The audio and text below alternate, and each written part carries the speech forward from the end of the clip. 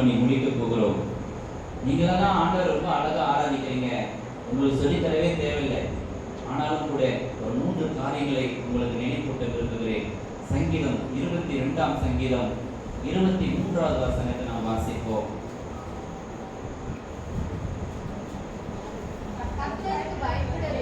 கர்த்தருக்கு பயப்படுகிறவர்களே அவரை துதியுங்கள், யாக்கோபின் சந்ததியாரே நீங்கள் எல்லாரும் அவரை கனம் பண்ணுங்கள், இஸ்ரவேலின் வம்சத்தாரே அவர் பேரில் பயபக்தியாயிருங்கள். இந்த மாலை வேளையிலே கர்த்தருடைய ஆவியானவர் உங்களுக்கு 3 காரியத்தை செய்யும்படி நினைப்பூட்டுகிறார். நீங்கள் எல்லாம் கர்த்தருக்கு பயந்து அவருடைய சமூகத்துக்கு வந்திருக்கிறீங்க. அவர் இன்னைக்கு பரலோகத்துக்கு தரப்போற நல்ல தெய்வம் என்று நம்பிக்கையோடு வந்திருக்கிறீங்க. இன்றைக்கு இந்த 3 காரியங்களை உங்களுக்கு நினைப்பூட்டுதலாய் இதை செய்யுங்க என்று ஆவியானவர் சொல்லுகிறார். ஒன்று, அவரை எப்பொழுதும் துதிக்கிற ஒரு அனுபவம் உள்ளவர்களாக இருங்க. இங்க மாத்திரம் இல்ல, இங்க மட்டும் கூடி வரும்போது மாத்திரமல்ல, உங்கள் தனிப்பட்ட வாழ்க்கையில் அவரை துதிப்பதும் அவரை ஆராதிப்பதும் மகிமைப்படுத்துவதும் ரொம்ப அவசியமானது என்பதை நீங்கள் உணர்ந்து கொள்ள வேண்டும்.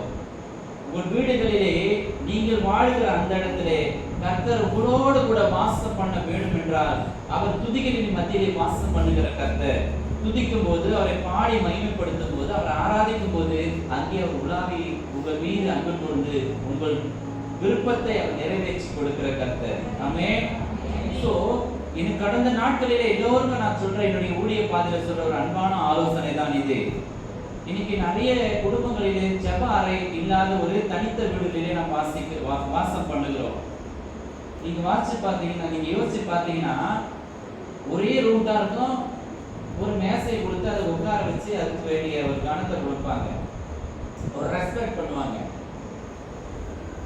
ஒரு தனிப்பட்ட இடத்தை கடவுளுக்குரிய இடம் என்று ஒதுக்குவார்கள். நம்முடைய வீடுகளிலே எல்லாவற்றுக்கும் ஒரு இடத்தை ஒதுக்கி வைக்கிறேன்னா, இந்த வேதத்தை வைப்பதற்கான ஒரு பரிசுத்தமான ஒரு இடமாக, நான் ஜெபிக்கணும் அப்படிங்கிற ஜெப இடமாக நாம் குறித்தது கிடையாது. என் வாழ்க்கையில நான் அனுபவிச்ச பிறகுதான் நான் மற்றவர்கள் நான் சொல்லிக் கொண்டு வருகிறேன்.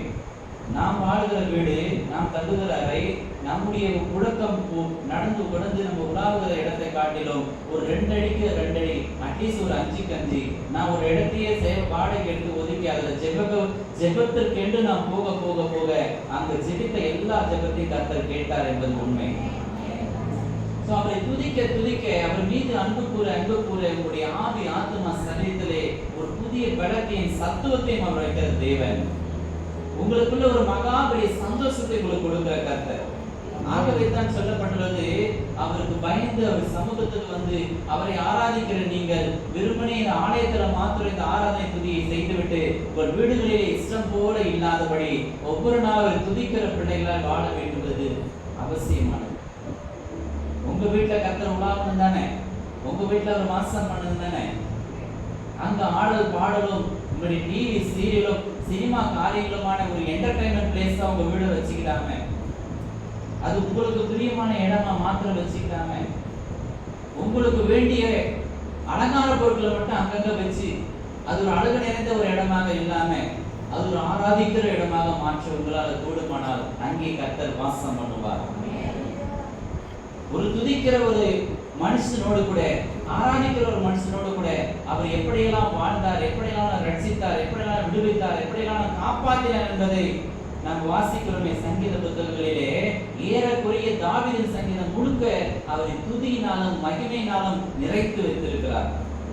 அவர் சொல்லும்போது சொல்றார், நான் கர்த்தரை எப்பொழுதும் துதிப்பேன். அவர் துதி எப்பவுமே வாயில எடுத்துக்கிட்டே இருக்கும். சோதரம் துதி மகிமைப்படுத்திட்டே இருப்பார். நம்மளால முடியுதா? நம்மளால முடியுதா? இன்னைக்கு கர்த்தர் உங்களுக்கு நினைப்பூட்டுகிறார். துதிகளின் மத்தியிலே வாசம் பண்ணுகிற பரிசுத்த ஆவியா இருக்கிற அவரை உங்கள் வீடுகளிலே துதிக்கிற துதியினாலே மகிமைப்படுத்தும்படி அடுத்ததாக சொல்லப்பட்டுள்ளது, அவரை கனம் பண்ணுங்க. எப்படி கனம் செய்வது? இப்ப சொல்லிக் கொடுத்த இல்லையா, இது என் கர்த்தருக்கானது.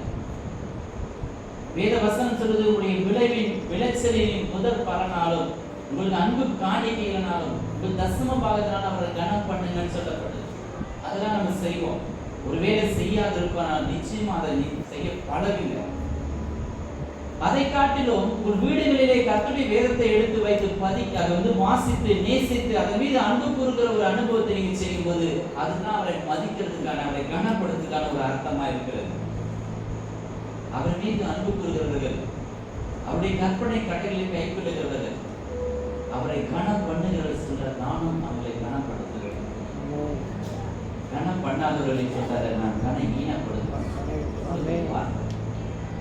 அவரை இம்ப்ரெஸ் பண்ணி கர்த்தரை துதிக்கிறவர்கள், பரிசுத்த ஆவியால் நிறைக்கிறவர்கள் அவரை தன்வசப்படுத்திக் கொள்கிறார்கள், அவரை தங்களோடு கூட தங்க வைத்துக் கொள்கிறார்கள். அவரை கனம் செய்கிறவர்கள், அவரை மதிக்கிறவர்கள் அவரிடத்தில் திரும்ப கனத்தை பெற்றுக் கொள்கிறார்கள். அல்லேலூயா. சொல்லப்பட்டுள்ளது, அவர் பெயரிலே பயமும் பக்தியுமாய் இருங்கள். யார் பேரை கேட்டா அப்படி பயப்படுவீங்க, அப்படி அலறுவீங்க வீட்டுல. அப்பா வராது சொன்னா இப்படி பயம் வரும். அந்த காலம். இப்போ அப்பா வந்தாதான் வெயிட் பண்ணணும். உங்க வீட்டுக்கார வரா, ஐயோ வந்தா கொண்டு வரே, வீட்டுக்கார பேர் கிட்ட பயப்படுவீங்களா? அதுவும் அந்த காலம். வரா, நான் வெயிட் பண்றேன். வாத்தியார கட்ட அப்படியே அலறுவாங்க. இப்போ பயம் இல்லாத காலம். இங்க வேதம் சொல்லுகிறது, அந்த பெயரின் மீது நாம் ஆராதிக்கிற கர்த்தராகிய இயேசு என்னும் அந்த இரட்சகரின் மீது ஒரு பயம் பக்தி இருக்கணுமா, ஒரு மரியாதை இருக்கணுமா. ஏன் அப்படின்னா, வானம் தூதர்களும் நடுங்குகிற ஒரு நாமமா அந்த நாமத்துக்கு பேர். அந்த பெயருக்கு கேட்டாலே அப்படி தூதர்களாம் முகப்புற விழுந்து தாழ விழுந்துடுவாங்களாம். மனிதர்களாகிய நமக்கு தான் அந்த ஒரு அறிவு குறைந்திருக்கிறது. இந்த கர்த்தருடைய நாமத்தின் மீது ஒரு அன்பு வைத்து, அதன் மீது ஒரு பயமும் பக்தி வைத்து, இது கிறிஸ்துவன் என்கிற பெயரை பெற்றிருக்கிற நமக்கு ஒரு நிதானம் இருக்கணும், ஒரு பொறுமை இருக்கணும். அந்த பெயரை உடையவர்களாக இருக்கிறபடினாலே நமக்கு ஒரு ரெஸ்பெக்ட், ஒரு தகுதியுள்ள பாத்திரமா இந்த உலகத்திலே உலாவணுங்கிற ஒரு எண்ணம் நமக்குள்ள வேண்டும். அதுதான் அவர் பெயரை இருக்கிற ஒரு பயபக்தி. கிறிஸ்தவனா எப்படி இருப்பாங்க? அப்படியே முக்காடு போட்டுட்டு பக்கியமா நடப்பாங்க. அப்படிதான் இருந்துச்சு ஒரு காலம். இப்போ கிறிஸ்தவனா என்ன சாந்த சொருபி. இப்போ அதுவும் இல்லை. அமைதியும் சாந்தம் நிறைந்த இருதயத்திற்குள்ள மறைந்திருக்கிற குணமே உங்களுக்கு அலங்காரமா இருக்கட்டும், அதுவே உங்க தேவனாகிய கர்த்தரின் பார்வையில வெளியேற பெற்றதுன்னு அழகா வசனம் சொல்லுது. நிறைய ஆவிக்குரிய பிள்ளைகளா இருக்கிறீங்க, உங்களை பார்க்கும்போது ரொம்ப சந்தோஷமா இருக்கு. அந்த பெயருக்கு கலக்கம் வராதபடி ஒரு நல்ல கிறிஸ்தவர்களாக வாழ்வது ரொம்ப அவசியம். அது இந்த கடைசி காலத்துல எங்க பார்த்தாலும் அகந்தையுள்ள மனிதர்கள், அசுத்த மனிதர்கள், எங்க பார்த்தாலும் தேவனை அவமதிக்கிற கூட்டத்தார் மத்தியிலே நாம் எல்லாரும் கர்த்தரை மதிக்கிற பிள்ளைகளாய், அவர் நாமத்தை உயர்த்துகிற பிள்ளைகளால் வாழ வேண்டும் என்பது ரொம்ப அவசியம். அல்லேலூயா. சோ அவரை மதிப்பதும் துதிப்பதும், அவருடைய நாமத்தின் மீது ஒரு பயமும் பக்தியுமாய் இருப்பதும் நமக்கு எப்படிப்பட்ட நன்மையை கொண்டு வரும் என்பதை நீங்க வாழ்ந்து பார்த்தீங்கன்னா உங்களுக்கு தெரியும். மலேசிய தேசத்திற்கு நான் சென்னை பட்டணத்தில் சில காலங்கள் வாழ்ந்து குடும்ப சூழ்நிலை காரணமாக நான் மலேசியா போனது. நான் போனதின் நோக்கம் ஊழியம் செய்து கொண்டே சில வேலைகளை செய்து வருமானத்தை ஈட்ட வைக்கிறோம். நான் ஆரம்பத்தில் ஃபுல் டைம் மினிஸ்ட்ரி கிடையாது, இப்போ ஃபுல் டைம் மினிஸ்ட்ரி இன்னும் போகல. மலேசியாவில் எல்லாமே ஒர்க் பண்ணி தான் ஊழியம் செய்கிறாங்க. ஸோ அது வேதத்தின்படி பரவாயில்லங்கிறதால சில பேர் அதை அங்கீகரித்து போகிறாங்க, சில பேர் அப்படி கிடையாது, ஒன்று ஊழியம் செய், இதை வேலையை செய்கிற மாதிரி வெறித்தனமாக இருப்பாங்க. ஸோ அது கர்த்தர் கனப்படுத்தி வைக்கிற காரியம். ஊழியம்னா ஊழியத்தின் மீது அன்பு கூறுவது, அது உண்மையாக இருந்தால் கர்த்தர் அவங்க நிச்சயமாக வழிநடத்துவார். ஸோ சில சந்தர்ப்ப சூழ்நிலை காரணமாக அங்கிருந்து ரொம்ப காலம் நான் ஊழியம் செய்ய முடியாதுன்றதுக்காக அந்த ஒர்க் பண்ணிட்டே இருந்து வேலை செய்து கொண்டே ஊழியம் செய்கிற மாதிரி அப்படி காண்பித்து அந்த கர்த்தருடைய நாமத்தை நான் மகிமைப்படுத்தினேன். அதற்கேற்ற கனத்தை கர்த்தர் கொடுத்தார். அல்லேலூயா. பிரியமானவர்களே, ஏன் இந்த ஆண்டவரை ஆராதிக்க வேண்டும்? இவரை மாத்திரம் ஏன் நான் கனம் பண்ணணும்? இவர் பேர்ல அப்படி என்ன எனக்கு பயம் வரணும், பக்தி வரணும்? வாய் அப்படி என்ன எனக்கு செஞ்சிட்டாரு? உனக்காக மறிச்சாரியா? எப்போ சொன்னாதான் கேட்கிறாங்கன்னா எனக்கு தெரியாது. என் வாழ்க்கையிலே இப்ப இருக்கிற என்னுடைய சூழ்நிலை மாற்றுவதற்கு இவரால் கூடுமா? நான் இவரை மதிக்கிறேன், துதிக்கிறேன், இவருக்காக என்ன செய்யறேன். நான் இப்போ இருக்கிற என்னுடைய சூழ்நிலைகளையும் நெருக்கத்தையும் போராட்டத்தையும் மாற்றுவதற்கு இவரால் கூடுமா? அப்படின்னு உடைய மனநிலையிலிருந்து ஒரு அங்கலாய்த்த கேள்வி எழுமானால் நிச்சயம் இவரால் கூடும் என்பது உண்மை. இவர் எப்படிப்பட்ட நல்ல தெய்வம் என்பதை இன்னைக்கு அறிமுகப்படுத்தி உங்களுக்காக செல்லிக்க போகிறேன். அடுத்த வசனத்தை வாசிக்க. இவர் எப்படிப்பட்ட தெய்வம்? பட்டனுடைய உபத்திரவத்தை அவர் அற்பமா எண்ணாதவரும் அருவருக்காமலும் அவருடைய முகத்தை எப்படி வச்சுக்கிறாராம்? அப்படியே அவனுக்கு மறைக்காம அவனை பார்த்துக்கிட்டே இருக்கிறான். அவன் எப்ப தம்மை நோக்கி கூப்பிடுவான் என்று பார்த்து அவன் எப்ப கூப்பிட்டாலும் அவன் சத்தத்தை கேட்டு அவனுக்கு இரக்கம் தயவு அருள் செய்கிறார். அல்லேலூயா. ஏன் இந்த ஆண்டவரை நாம் ஆராதிக்க, இந்த ஆண்டவரை நாம் எப்பொழுதும் துதிக்க வேண்டுமானால், எப்பொழுதும் இவரை கனப்படுத்தி இவரை மதித்து அவருடைய சமூகத்தை நாம் நாடி வந்து அவருடைய நாமத்தின் மேல் பயமும் பக்தியும் வாழ வேண்டுமானால், நம்முடைய உபத்திரவத்தை பார்த்து இந்த உலகம் அற்பமாய் எண்ணும் பொழுது, நம் கூட இருக்கிறவர்களெல்லாம் அருவருத்து நம்மளை ஒதுக்கும் பொழுது, இந்த கர்த்தர் மாத்திரம் எப்படி இருக்கிறாராம்? நம் மீது அன்பு கூர்ந்தபடினாலே அவனுடைய உபத்திரவத்தை அற்பமாய் எண்ணுவதில்லையா? அல்லேலூயா. அவர் நம் மீது அன்பு கூர்ந்தபடினாலே நம்மை அற்பமா எண்ணாதவர், நம்மை அருவருக்காதவரா. வார்த்தை எவ்வளவு முக்கியம் பாருங்க. என்னெல்லாம் எவ்வளவு பேர் நிந்திச்சிருப்பாங்க, எவ்வளவு பேர் என் சூழ்நிலை பார்த்து என்னை அருவருத்து ஒதுக்கி இருப்பார். என்னுடைய நெருக்கம் போராட்டங்களிலே எனக்கு ஒத்தாசைக்காக நான் போய் நிற்கும் போது என்னை எவ்வளவு பேர் கடமைப்படுத்தி இருப்பார்கள். அப்பெல்லாம் இந்த கர்த்தருடைய சமூகத்தில் நின்று நான் ஒரு துளி கண்ணீர் விட்டேன். ஆனால் அந்த ஒரு துளி கண்ணீருக்கு எவ்வளவு பலன் என்பதை நான் அறிந்தவன். நீங்க பொதுவா ஆண்டவர் சமூகத்தில் விடுற கண்ணீர் அது ரொம்ப அழகா இருக்கும். ஆனால் ஒரு தனித்த செபம் ரொம்ப அவசியம். அதுக்கான ஒரு முயற்சியை தான் ஆவியானவருக்கு கற்றுக் கொடுக்கிறார். ஒரு மனுஷனுடைய தனிப்பட்ட உபவாச நாட்களும் தனிப்பட்ட செபமும் அவ்வளவு கிருபையை கொண்டு வந்து சேர்க்கும். எவ்வளவு மணி நேரம் கர்த்தருடைய சமூகத்தில் நின்று அவரை ஆராதிக்கிறீர்களோ, அவர் சமூகத்தில் வேண்டுதல் விண்ணப்பங்கள் ஏறுகிறீர்களோ, அந்த தேவனுடைய இரக்கம் உங்களுக்கு சேரும். அல்லேலூயா. ஆசாரிப்பு கூடாரம் கட்டப்பட்ட சம்பவம் உங்களுக்கு தெரியுமா தெரியல. 12 கோத்திரங்களை சுற்றிலும் வனாந்தரத்திலே அவர்களை தங்க வைத்து கூடாரம் போட வைத்து அவர் நடுவாக அந்த ஆசாரிப்பு கூடாரத்தை அவர் மோசேக்கு சொல்லி அதை நியமிக்கிறார். மோசே அதை கட்டுமானம் செய்யும் பொழுது பிரகாரம், பரிசுத்த ஸ்தலம், மகா பரிசுத்தலம் என்று 3 கட்டமாக அதை ஸ்தாபிக்கிறார். முதலிலே தங்கள் பாவங்களுக்காக பலி செலுத்தி மன்றாடி ஆண்டவர் சமூகத்தில் ரத்த பலி செலுத்தி குற்றபலி, நிவாரண பலி, இந்த தங்களுடைய சந்ததிக்காக பரிகாரத்தை தேடிக் கொள்ளுகிற ஒரு பரிகாரம், அந்த இடத்துக்கு பேரு பரிகார ஸ்தலம். இரண்டாவது, ஆசாரிகள் தங்கி தரித்து குத்து விளக்கை ஏற்றி கர்த்தரை மகிமைப்படுத்துவதும், அப்பங்களை சுற்றது, ஒவ்வொரு நாளும் அப்பத்தை அங்கு படைப்பதும், அப்பம் வைக்கிற ஒரு மேசையும், ஆண்டவருக்கு தூபபீடத்தை ஒரு வாசனை வர்க்கத்தை வைத்து தூபத்தை ஏற்றுக்கொள்கிற ஒரு தூபபீடத்தை அங்கு வைத்திருக்கிறார்கள். ஒவ்வொன்றுக்கும் அர்த்தம் அற்புதமான அர்த்தமாக இருக்கிறது.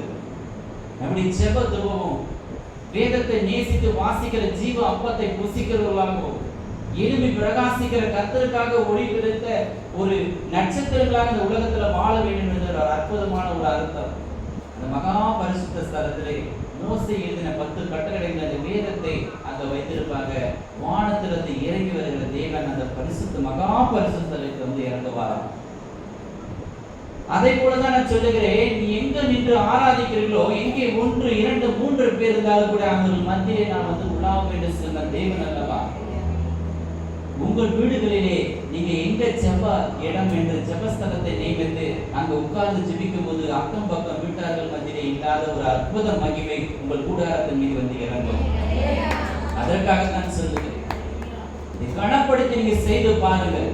உங்கள் வீடுகளிலே உண்டாகிற பிரச்சனை, போராட்டம், இக்கட்டு, நெருக்கத்திலே அவர் வானத்திலிருந்து நம்முடைய தூதனை அனுப்பி அதிலே உங்களுக்கு ஜெயத்தை கொடுக்கிற கர்த்தர், வேண்டிய அனுபவத்தை செய்கிற கர்த்தர், உங்கள் வீடுகளிலே வாசம் பண்ணும்படி அவர் உலாவுகிற கர்த்தர். அவர் எல்லா இடத்திலும் தங்குவதில்லை. வேதத்தை படிச்சு பாருங்க. அவர் அசுத்தங்களை தூரமாக்க சொல்லுகிறார், அசுத்தத்தை விட்டு வெளியே வா என்று சொல்லுகிறார். நான் நிற்கிற இடம் அது பரிசுத்த இடம் சொல்லுகிறார். அது வரைக்கும் மோசே அங்கதான் உலாத்திக்கிட்டு இருக்கான். ஆண்டவர் இறங்கின உடனே அந்த இடத்துக்கு பேரு பரிசுத்த இடம் சொல்றாரு. ஆண்டவர் உலாவுகிற இடம் தான் என் பரிசுத்த ஸ்தலம். இந்த இடத்துல என்ன கட்டுமானம் இருந்துச்சோ, வயல்வெளியா இருந்துச்சோ தெரியல, இப்படி ஒரு கட்டணமாக கட்டி இங்க பிரதிஷ்டை செய்த பிறகு பரிசுத்த ஆவியானவர் உலாவுகிற இடமா மாறின பிறகுதான் இந்த இடத்துக்கு பேரு பரிசுத்த ஸ்தலம். உலகத்தில் இருக்கிற எல்லா கட்டிடத்துக்கும் பரிசுத்த ஸ்தலம் கிடையாது. எல்லா இடத்துலையும் தேவன் வாசம் பண்ணுகிறது இல்லை. பொன்னினாலும் மகா பசு பொன்னினாலும் தகடுகளால் அடிக்கப்பட்டு சுவரெல்லாம் பதிக்கப்பட்டு எல்லாவற்றையும் பொன்னினாலே செய்து ஒரு ஆலயத்தை கட்டின சாலமோனுடைய வாழ்க்கையில கர்த்தர் வந்து சொல்லுகிறார், சாலமோனே, நீ கட்டின தங்கத்துக்கும் பொண்ணுத்துக்கும் நான் இங்க நான் வாசம் பண்ண மாட்டேன். நான் விரும்பினபடினாலே நான் இங்க வருவேன்ற. உங்கள் வீடுகளிலே வாசம் பண்ண கர்த்தர் விரும்பணும். உங்களோட உலாவ கர்த்தர் விரும்பணும். நீங்க நடக்கும் பாதையில ஒரு கூட வரதை கர்த்தர் விரும்பணும். அதற்கு நீங்க செய்ய வேண்டியது அவரை துதிக்க வேண்டும், அவரை கனப்படுத்த வேண்டும், அவருடைய பெயரிலே ஒரு பயமும் பக்தியா இருக்க வேண்டும். அப்படிப்பட்ட ஒரு வாழ்க்கை உங்களுக்கு இருக்குமானால் உங்கள் உபத்திரவத்தை அற்பமா எண்ணாமல் அதை அருவருத்து விடாமல் நீங்க எப்ப தம்மை நோக்கி கூப்பிடுவீங்க என்று அவர் கண்ணோக்கமாய் இருந்து உங்கள் சத்தத்தை கேட்பதற்கு காத்திருக்கிற கர்த்தர். அல்லேலூயா. எவ்வளவு அன்பு நம் மீது, எவ்வளவு அன்பு நிறைந்த கர்த்தர். நமக்காக ஜீவனை கொடுப்பதற்கு உலகத்துல யார் இருக்காங்க? நாம் பெற்ற தாய் தாப்புக்கு நமக்காக இதை செஞ்சிட முடியாது. அவங்க அப்பா அம்மாவே அவங்க செஞ்சிருக்க முடியாது. நமக்காக இந்த உலகத்தில் நேசிக்கிறேன்னு சொல்வதற்கு யார் வந்தாலும் அவர் ரத்தம் சிந்தி ஜீவனை தர அளவுக்கு நம்ம மீது அன்பு கூற முடியாது. அவங்களுடைய லிமிட்டு ஏதாவது பொன்பொருளை வாங்கி கொடுத்து, உடம்பு தண்ணியை வாங்கி கொடுத்து, சூடு தண்ணியை கொடுத்தா அவங்களால முடியும். ஆமா தானே? புதுசில் யாராவது கொடுத்துருக்காங்களா? எதிர்பார்க்கவும் முடியாது. ஆனால் அந்த இறைவன் முழு உலகத்தின் ரட்சிப்புக்காக முதல் ஆதாம் செய்த சாபங்களை மாற்றுவதற்காக இரண்டாம் ஆதாமாக பிறந்து அவர் இந்த உலகத்திலே கொடூரமாய் மறிக்க தம்மை ஒப்பு கொடுத்தார். அல்லேலூயா. அப்படிப்பட்ட அற்புத தெய்வத்தை ஏனோ தாண்டவெல்லாம் ஆராதிக்கீங்க. நீ உலகத்துல பார்க்கிற மற்ற கடவுளோடு கூட ஒப்பிட்டு அவரை விட ஒரு சூப்பர் மட்டும் சொல்லிட்டு சிம்பிளா போகாதீங்க. இவருக்கும் மற்றவர்களுக்கும் ஏணி வச்சா கூட எட்டாது. எப்படி? எட்டவே எட்டாது. ஒட்டனா கூட ஒட்டாது. இவர் வேற, மற்றதெல்லாம் வேற. அந்த ஒரு அறிவு நிறைந்த பிள்ளைகளால் அவரை மகிமைப்படுத்தி வாழ பழகுங்க. உங்க உபத்திரவத்திலே உங்களை அற்பமா எண்ண மாட்டார், உங்களை அருவருக்க மாட்டார். ஐயா, பயமும் பக்திங்கிறது என்னையாது? அது என்ன பயபக்தி? கடவுள் பயம் இருந்து நீங்க பாத்துறீங்களா? சரி, ரொம்ப பக்தி ஆயிட்டான் அப்படின்னா என்ன பண்ணுவான்? ஒண்ணுமே தெரியாம முடிக்க கூடாது. ரொம்ப பக்தி வந்துட்டா என்ன செய்வாங்க? அப்படி பட்டெல்லாம் போடுவாங்க, மொட்டைலாம் போடுவாங்க, ட்ரெஸ் எல்லாம் போடுவாங்க, அப்படி மாலையெல்லாம் போடுவாங்க. ஏதோ ஒரு different something doing for God இல்லையா? ஏதோ ஒன்று பண்ணோம். அதுதானே பயமும் பக்தியுமா வாழுகிறது என்பது. ஒருவேளை வெளிப்புற கிரியைகளினால இருக்கலாம். என் கர்த்தருக்காக நான் இதை செய்வேன், நான் அதை செய்வேன், அதை எப்படி செய்வீங்க தீர்மானத்தில் நீங்க செய்யலாம், தப்பு கிடையாது. ஆனால் இந்த கர்த்தருடைய அன்பிலே நிறைந்திருக்கிற நமக்கு ஒரு உள்ளான மனுஷன் வந்து இருக்கலாம் இல்லையா? உள்ளகிற ஒரு மனுஷன் பொறுத்து பொறுத்து பார்த்தேன் நான் பொங்கிடுவேன் அப்படின்னு சொல்லிட்டு உள்ள வந்து ஒளிஞ்சிக்கிட்டு இருக்கான் இல்லையா? அவனை சாவடிக்கணும். உள்ளே இருக்கிற அகந்தையும் திமிரும் மகா பொல்லாத மனுஷனுமா இருக்கிற அந்த குணத்தை சாவடித்து உள்ளான மனுஷன் நாளுக்கு நாள் அப்படி இயேசுவை போல மாறும். அதுக்கு பேரு மகிமை அடைந்து மறுரூபமாகிறது. அதுக்கு பேருதான் பயமும் பக்தி. அது வரைக்கும் உங்க பேச்சு ரொம்ப நீளமா இருக்கலாம், அப்புறம் சுருக்கமா இருக்கணுமா, ரொம்ப சத்தமா இருக்கலாம், அப்புறம் சாந்தமா இருக்கணுமா. உங்களை நீங்களே உருமாற்றிக் கொள்ளுகிற தேவ பயத்தோடு கூட உங்களை நடுக்கத்தோடும் பயத்தோடும் கர்த்தருடைய சமூகத்துக்கு வருதும். அதன் பிறகு இந்த வீட்டுக்கு போனா கூட அதே பவியத்தோடு இருக்கணுமா. அதுக்கு பிறகுதான் பயமும் பக்தியுமான ஒரு வாழ்க்கை. இங்க வந்து எப்படி தாழ்மை தரித்தவர்களாய் சாந்த குணம் நிறைந்தவர்களாய் தேவ பயத்தோடு கூட உங்களை அடிமை நினைத்து ஆவியானவர்களை அர்ப்பணிக்கிறீர்களோ அதே சுபாவத்தோடு மீதி இருக்கிற 6 நாளைக்கும் உங்களை அர்ப்பணிக்க வேண்டும். இந்த ஆண்டு எவ்வளவு சூப்பர் தெரியுமா? 6 நாளைக்கு ஒரு ஸ்பீட் பிரேக் போட்டார். 6 நாள் தான். அதுக்கு மேல வந்து உங்களை காமிச்சிட்டு போகணும். கரெக்டா இருக்கேமா? ஆமா ஆண்டவரே, இந்த 6 நாளும் இப்படிதான் வாழ்ந்தேன். நிசமாவாமா? வெளியில கேள்விப்பட்டு நீங்க வேற மாதிரி வாழ்ந்தேன். இல்லை ஆண்டவரே, இந்த 6 நாள் இப்படிதான் இருந்து வந்துட்டேன். இல்லை ஆண்டவரே, ஒரு வேலை என்னை கோவப்படுத்திட்டாங்க, என் வாய் தவறிங்க, என்னை வந்து வேறு விதமா என்னை மாத்திட்டாங்க, என் கண்ணினாலே தவறு செய்தேன், என் இருதயம் இச்சித்தது, அசுத்தத்தினாலும் அருவருப்பினாலும் நான் கரைப்பட்டேன் என்று ஒரு வேலை இந்த 6 நாளுக்குள்ளே நீங்க மாறி இருப்பீர்களால் அதை சரி செய்து கொள்ள உங்களை சர்வீஸ் பண்ணுகிற இடம் தான் இந்த இடம். 6 நாளைக்கு ஒரு முறை உங்களை சுத்திகரிக்கிறதும் 6 நாளைக்கு ஒரு இவங்களை ஆல்ட்ரேஷன் பண்ணுவதற்கான ஒரு அற்புத இடம் தான் இந்த திருச்சபை. இல்லையா? எவ்வளவு சூப்பர்ல. இதுக்கு வரமாட்டாங்க. எதுக்கு? உங்களை வர வைத்து சுத்திகரித்து சுகமாக்கி ஆரோக்கியப்படுத்தி ஆசீர்வாதத்துக்கு தயார் பண்றமே, அதுக்கு வரமாட்டாங்க. இதைத்தான் போய் சொல்லணும். எதுக்கு சபைக்கு போறோம்னா நம்மை மாற்றி தராங்க. நம்ம போய் கொஞ்ச நேரம் உட்கார வச்சா நம்மளை குணமாக்கி இனமாற்றி உருமாற்றி நம்ம வேறொரு தேவ பிள்ளையாய் மாறுகிறோம். யார் பிள்ளையா மாறுறோம்? அப்பா அம்மா பிறக்கும்போது நல்ல பிள்ளைங்களா பிறந்தோம், உண்மையை பேசணும், அப்படியே பிறந்தோம். வேதம் வந்து சிறு வயது முதல் கொண்டே அவன் குணம் பாவமா இருக்குமா, அவருடைய குணம் கர்த்தருக்கு பிரியம் இல்லாத இருக்குமா. ஒருத்தர் சொல்றாரு, நான் பாவத்திலே கர்ப்பம் தரித்தேன், என் தாய் என்னை பாவத்திலே கர்ப்பம் தரித்தார். உணர்ந்து பேசுறார். மனிதனுடைய பிறப்பை தீமையானதையும் யோசிக்கிறதும் செய்கிறதுமான ஒரு குணம் தானே பிள்ளைகளே. அதை சரி செய்து கொடுப்பதற்காக உருவாக்கப்பட்ட ஒரு அற்புத இடம் தான் இந்த திருச்சபை. கர்த்தருடைய அன்பிலே நிலைத்திருக்கிற நீங்கள் உங்களுடைய வாழ்க்கையில ஒரு அழகான ஒரு அற்புதமான ஒரு குணமுடையவர்களாய் வாழ இன்று கொடுக்கிற இந்த ஆலோசனைகள் பிரயோஜனமாக இருக்கும். நீங்கள் அவரை இரவும் பகலும் துதிக்கிற பிள்ளைகளாய், உங்கள் வாழ்க்கையில் அவரை மதித்து கனம் செய்கிற பிள்ளைகளாய், அவர் நாமத்தை அறிந்த நீங்கள் அந்த நாமத்துக்கு ஏற்றார் போல நடக்கணும். இயேசுவை அறிந்தவர்கள் எப்படி வாழ வேண்டும் என்று வேதம் சொல்லுகிறதோ அந்த சத்தியத்திற்கும் சட்ட திட்டத்திற்கும் அடிபணிந்து அதிலே கீழ்ப்படிந்து அதற்கேற்ற மாற்றத்தை உண்டாக்குகிற பிள்ளைகளாக நீங்கள் வாழ வேண்டும். அதுதான் தேவன் எதிர்பார்க்கிற அற்புத எதிர்பார்ப்பு. அப்படி மாத்திரம் நீங்க இருந்துக்கிட்டீங்கன்னா உங்கள் வாழ்க்கையில ஏதாவது ஒரு கஷ்டமோ உபத்திரமோ வருமானால் அந்த உபத்திரத்துல நீங்க கூப்பிட்டா உடனே வருவார். உங்க பிரச்சனை உடனே மாற்றுவார். உங்களுக்கு வேண்டியதை உடனே கொடுப்பார். அப்படிப்பட்ட இரக்கம் உள்ள கர்த்தர். அப்படிப்பட்ட தெய்வம். அவருக்கு முன்னாடி நீங்க பயமும் பக்தியுமா இப்படி அப்படியே பாக்கியத்தோடும் அப்படியே பாசக்காரரா அவருக்காக நான் முசுலியை கொடுக்க ரெடி என்று நீங்க ஆயத்தமா இருக்கிற அளவுக்கு அன்பு கூர்ந்தீங்கன்னா உங்களை அவர் அற்புதமா எடுத்து அவருக்கு என்று வாழ வைப்பாரா. வாசிங்கள 3ஆம் சங்கீதம் 4வது வசனத்தை வாசிங்க. நான் கர்த்தரை நோக்கி சத்தமிட்டு கூப்பிட்டேன். 4ஆம் சங்கீதம் 3ஆம் வசனம் வாசிங்க.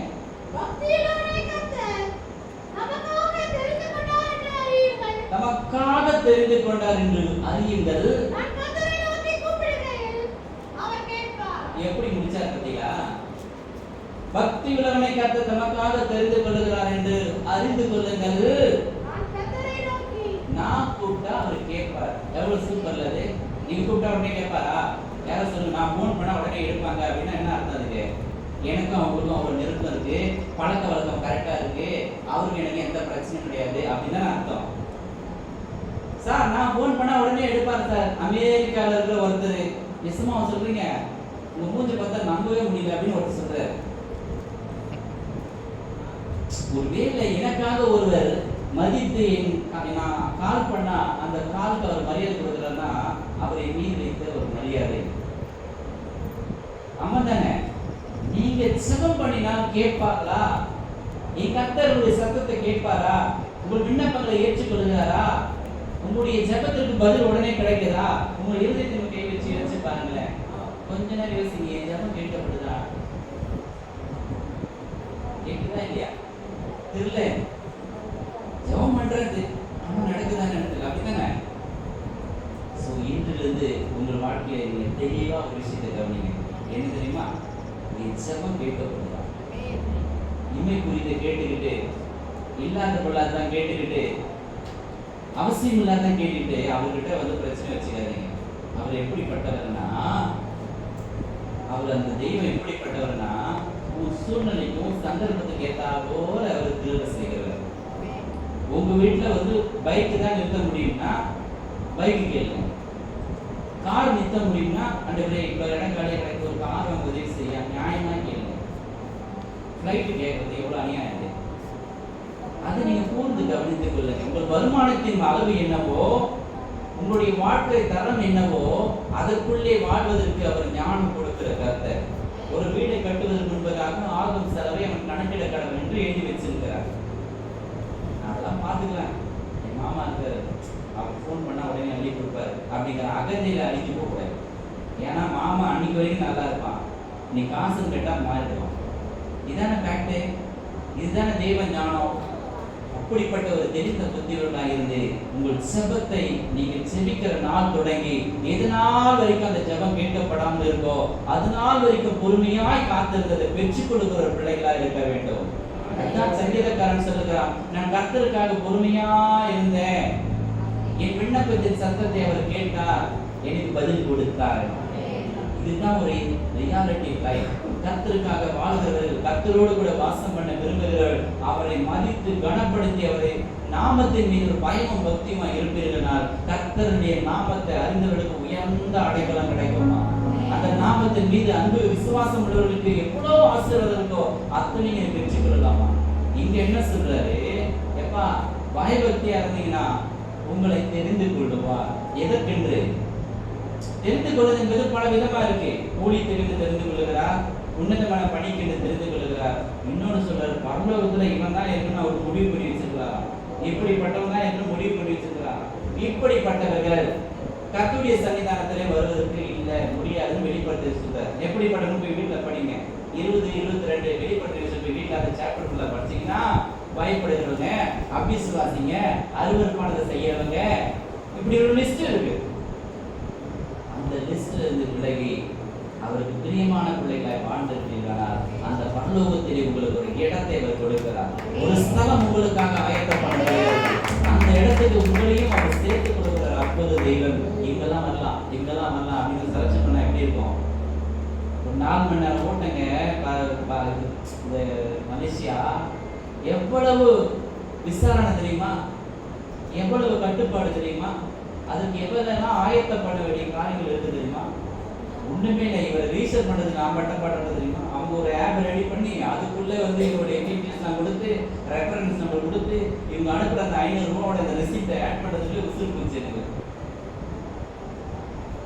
சோ செய்ய வேண்டிய கடைபிடிக்க வேண்டிய கட்டாய கடமைகள் உண்டு என் பிரியமானவர்களே. இந்த அறிவு, இந்த புத்தி, இந்த ஞானத்தை கர்த்தரிடத்தில் பெற்றுக்கொள்ள வேண்டும். நான் பரலோகம் போவதற்கு என்ன செய்ய வேண்டும் அப்படின்னு ஒருத்தர் வந்து கேட்கிறார். எப்பா கற்பனைகள் எல்லாம் கை கொள்ளுங்கப்பான்றார். நான் சின்ன வயசுலேருந்தே கற்பனைகள்லாம் கரெக்டா கை கொண்டுக்கிறேன்றார். கடைசியா ஒரு கட்டளை சொன்னார், அது செய்ய முடியாதுன்னு போயிட்டான். ஏன்னு அவர் என்ன சொல்லிட்டாரு, அவன் ரொம்ப ஆஸ்தி உள்ளவனா இருந்தான். எப்பா அதெல்லாம் வித்து ஏழைகள் கூட ஏன்? இந்த ஆண்டவர் ரொம்ப மோசம் கிடையாது. நம்முடைய நிலைமைக்கு ஏற்றால் போல நமக்கு கட்டளை கொடுத்தவர். இஸ்ரவேல் மத்தியிலே உண்டான அந்த சட்டத்திலே நியாயப்பிரமாணத்திலே அவனுடைய வசதிக்கேற்றவர் பலி செலுத்துங்கன்னு சொன்னார். வசதி கூட உள்ளவன் காளை, வசதி குறைவாக ஒரு புறா, அவனுடைய வசதிக்கு ஏற்றவனா பலி செலுத்துங்களா, பாவத்திற்கு பரிகாரத்தை தேடுங்களான்னு சொல்லி கொடுத்த கர்த்தர். இன்னைக்கு அதை கூட நமக்கு செய்ய சொல்றதுல. உங்களுக்கு ஒரு ஆடு கூட்டிட்டு வந்து சொன்னா கூட்டிட்டு வருவீங்களா? ஒரு ஆடு 20,000 15,000 போங்க, சபையே வேண்டாட்டு ஓடிட்டு. ஒரு கோழி அரிசி கொட்டுவாங்கன்னா ஒரு கோழி 1000 ரூபாய். எந்த ஒரு ரத்தத்தையும் எந்த ஒரு மாம்சத்தையும் பலியாக செலுத்த சொல்லவில்லை. உங்களுடைய ஆவி ஆத்மாவிலிருந்து பெறப்படுகிற ஸ்தோத்திர பலி அவர் செலுத்த சொல்லியிருக்கிறார். ஸ்தோத்திர பலி இருக்கிறவரை நீங்கள் மையப்படுத்துகிறான்னு சொல்ல போதுமாயமா? ஸ்தோத்திராண்டவரே, என் நல்ல தெய்வமே நன்றி அப்பான்னு சொல்றேன். அந்த நன்றி போதுங்கன்னு சொல்றாரு. இவர் எவ்வளவு நல்ல தெய்வம். இவருக்கு முன்பதாக வாழ்கிற நாம் பயம் பக்தியுமா இருந்தீங்கன்னா உங்களை பரலோகத்துக்கு ஏற்றப்படுகிறார். உங்களை செலக்ட் பண்ணிப்பார். உங்களுடைய உபத்திரத்தில் உடனே இருந்து உங்க கூடவே இருந்து உங்களை பாதுகாத்து பராமரித்து ஆதரிப்பார். இது யார்கிட்ட சொல்றாரு கேட்போம் பார்த்தா, இந்த தாவீது ஒரு அந்த வசனத்தை சொல்லி முடிக்கும் போது யார்கிட்டே சொல்றேன்னு சொல்றாரு. சொல்லுங்க, படிங்க திரும்ப. பக்தி உள்ளவனை அறியுங்கள். இருங்க, பக்தி உள்ளவனை தமக்காக தெரிந்து கொண்டால் என்று அறியுங்கள் சொல்லிட்டு யாருக்கிட்டே அவர் இன்ஃபார்ம் பண்றார். யாருன்னு பாருங்க, மேல் வசனத்தை வாசிங்க.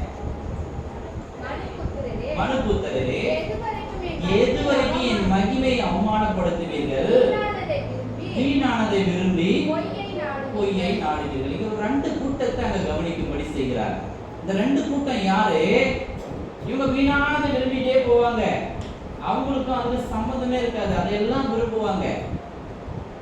வேதம் சொல்லுகிறது அழகும் வீண், சௌந்தரியமும் வீண். கர்த்தருக்கு பயப்படுகிற ஒரு ஸ்திரீ தான் அவளே கர்த்தருக்கு முன்பாக பயப்படத்தக்க புகழத்தக்க ஒரு பெண்மணி. இன்னைக்கு அழகுக்காக எவ்வளவு ஆயிரங்கள் செலவு பண்ணுகிற ஜனங்களை நாம் பார்க்கிறோம். ஆரோக்கியத்திற்காக நாம் சாப்பிட நல்ல ஒரு விட்டமினோ நல்ல ஆரோக்கியத்துக்கு ஏற்ற ஒரு காரியங்களை செய்யுங்க, அது அறிவு. ரொம்ப காலம் நம்ம வாழணும், உழைத்து சம்பாதித்த குடும்பத்தை பார்க்கணும், நம்ம கணவனுக்கு உண்மையா இருக்கணும், மனைவிக்கு உண்மையா இருக்கணுங்கிற அந்த அறிவு ஆரோக்கியத்துக்கு இருந்தா அதுக்கான செலவு பிரயோஜனமா இருக்கும். ஆனா வீணா விரயமாக்குகிற அழகு சாதனங்கள் எவ்வளவு பெருகி இருக்கிற காலம். சம்பந்தமே இல்லாம ஒரு நார்மல் டிவில ஒரு நாடகம் பார்த்தா நல்லா தானே இருக்கும், அதுவே தப்புன்னு நாங்க சொல்லி கொடுத்துட்டு இருக்கோம். ஏதோ ஒய்ஞ்சு போங்க எல்லாம் பார்த்து தொலைன்னு விட்டு கொடுத்தாலும் 22 இன்ச்சு டிவி வேணும், 1.5 லட்சத்துக்கு டிவி வாங்கணும், 2 லட்சத்துக்கு டிவி வாங்கணும். நீங்க இங்க இல்ல, எனக்கு தெரிஞ்ச ஒரு இடத்துல அப்படி ஒரு கொடுமை.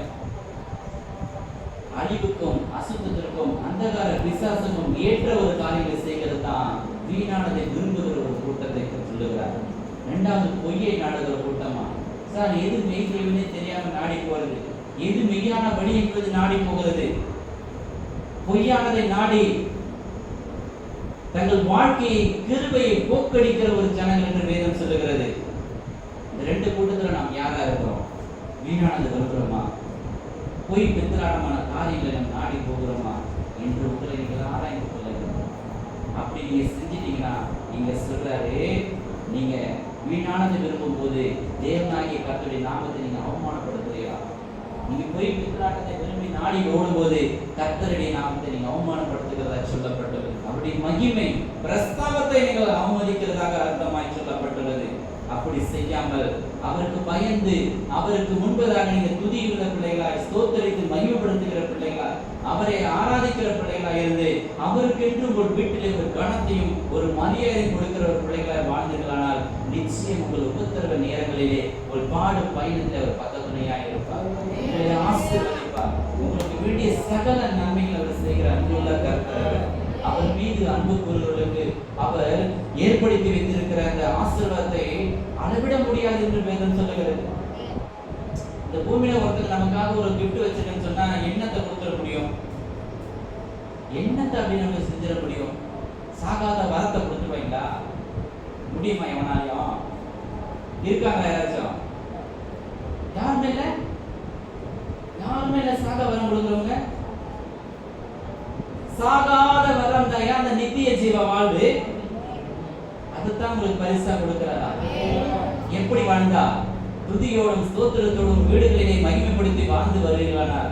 அவரை கனப்படுத்தி அவருடைய வேதத்தை மதித்து துதித்து வாசித்து அதிலே மகிழ்ச்சி அடைந்து வாழ்கிறார். அந்த பெயருக்கு களங்கமில்லாத ஒரு அற்புத வாழ்க்கை உங்கள் வீட்டிலும் உங்கள் அக்கம் பக்கத்தாலும் உங்கள் சுற்றியுள்ள மக்கள் மத்தியிலே ஒரு மதிக்கத்தக்க பாத்திரமாய் இருந்து இந்த ரட்சிக்கப்பட்ட பாத்திரத்தை பத்திரமாய் கடைசி காலத்தில் காத்துக் கொள்கிறார்கள். இடையிலே கரை திரை இல்லாதபடி ஒரு ரட்சிக்கப்பட்ட உடனே எவ்வளவு பக்தியா வரீங்க, திருவிருந்தா வந்துருவீங்க, ஸ்பெஷல் பிரேயர்னா வந்துருவீங்க, மாலை காலை செக்கனா வந்துருவீங்க, அப்புறம் அப்படி போ போ போ போ ஏன் வேலை இருக்கீங்களா? நாங்களாம் வேலை இல்லாதுங்களா? ஒரு ஆராதனை நேரத்தை அவமதிக்கிற பிள்ளைகளாக இருக்கும் பொழுது அந்த ஆவிக்குரிய ரட்சிப்பை கொஞ்சம் கொஞ்சமா இழப்பில்லை. அதைத்தான் சொல்றாரு, நான் ரட்சிக்கப்பட்டுட்டேனே, அந்த ரட்சிப்பின் பாத்திரத்தை என் வாழ்நாள் வரைக்கும் நான் பத்திரமா காத்துக்குவேன். இந்த ரட்சிப்பை இழக்கிற எந்த ஒரு காரியத்தை நான் செய்ய மாட்டேன். ரட்சிக்கப்பட்ட நபராகவே நான் இருக்கணும். என்ன செய்யணும்? எல்லா பாடல் ஆராதனைகளும் எல்லா துதி ஸ்தோத்திரங்களிலும் நான் பங்கு கொள்ளணும். எல்லா வித தேவ பக்தி உள்ள பிள்ளைகளாக வாழ வேண்டாம். அந்த பிரசங்க நேரத்தை நான் முழுமையா நிற்கணும் என்று முழு ஆராதனையும் நேரத்தோடு வந்து காத்திருந்து முழு ஆராதனையும் கர்த்தருடைய சமூகத்தை அனுசரித்து கடந்து போகிற பிள்ளைகளாக வாழணும். வீட்டில் இருக்கும்போது காலை மாலை இரவு பகல் அவரை துதிக்கிற பிள்ளைகளாக வாழணும். அப்பதான் இந்த சரீரத்தை நம்ம ரட்சிப்பின் பாத்திரமா காத்துக்கொள்ள முடியும். அல்லேலூயா. அவர் மீது அன்பு கூறுங்க, அவரை எப்பொழுதும் துதிங்க, கனப்படுத்துங்க, அவர் பேரிலே பயமும் பக்தியுமா இருங்க. வீணானதை விரும்பாதீங்க.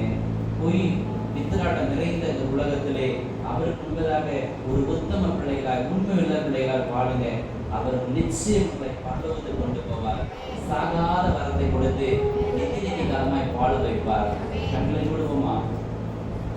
ரத்தம் சிந்தி மீட்டவரே, இரக்கம் நிறைந்தவரே, ரத்தம் சிந்தி மீட்டவரே, இரக்கம் நிறைந்தவரே, ஐயா இரக்கம் நிறைந்தவரே, ஐயா இரக்கம் நிறைந்தவரே, வருகையில் எடுத்துக்கொள்வீர்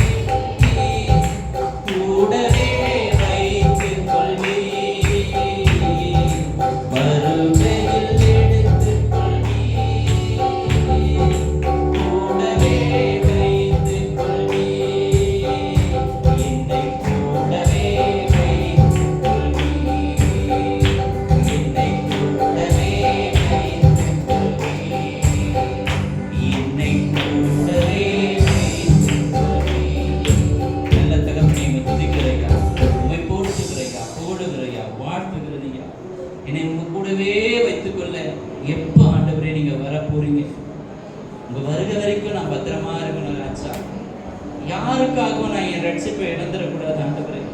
யாரும் என்னை ரட்சிப்பை விட்டு தூரமாக இழுத்து விடக்கூடாதப்பா. இந்த உலகத்தில் இருக்கிற அசுத்தமோ அருவருப்போ அந்தகார பிசாசுகளோ பாவமோ பணமோ எதுவுமே என்னை இழுத்து விடக்கூடாது ஆண்டவரே. உம்முடைய ரட்சிப்பை இந்த ரட்சணிய கரத்திலே தங்கி இருந்து நான் அதை காத்து கொள்ள வேண்டும் ராஜா.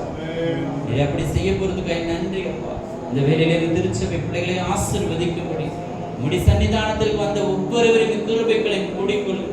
அவங்களுக்கு வேண்டிய எல்லாவித நன்மையும் கிருபையும் அவளை தொடரச் செய்யப்படி சுகம் பலம் ஆரோக்கியத்தினால் நிரப்பும்படி திருக்கரத்தில் ஒப்பு கொடுக்கிறோம்.